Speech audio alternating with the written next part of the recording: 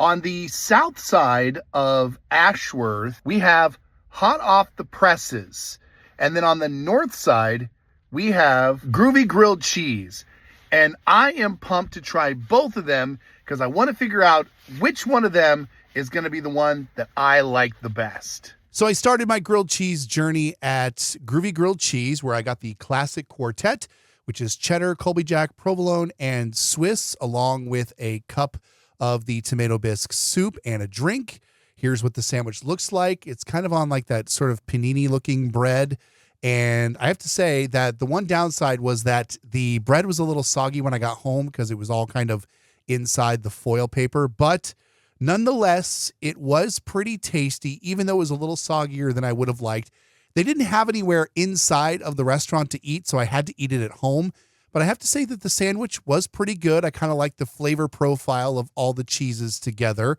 The soup, I have to say, was just okay, but I had to do a dunk because you always do a dunk into the soup regardless, and it was mighty tasty.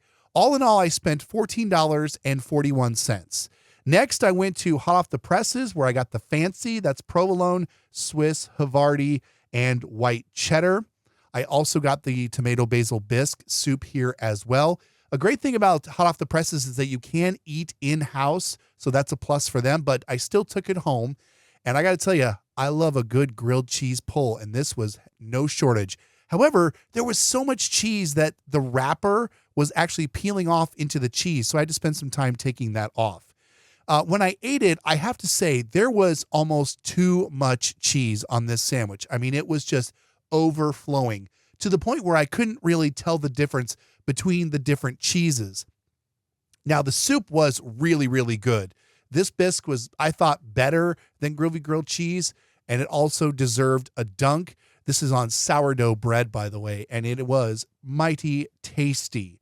So the pros of Hot Off the Presses is that you can eat inside, and the sandwich was crispier when I got home, more so than it was from Groovy Grilled Cheese, even though they were in the same wrappers, but I spent a lot of time taking all that paper off.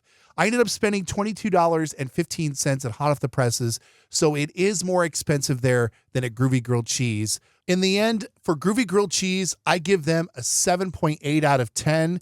I liked the sandwich. The soup wasn't nearly as good as it was at the other shop. For Hot Off the Presses, I loved their soup, but the sandwich just had way too much cheese, so I'm going to give them a 7 out of 10. Either way, it's awesome to have two grilled cheese sandwich restaurants here in town.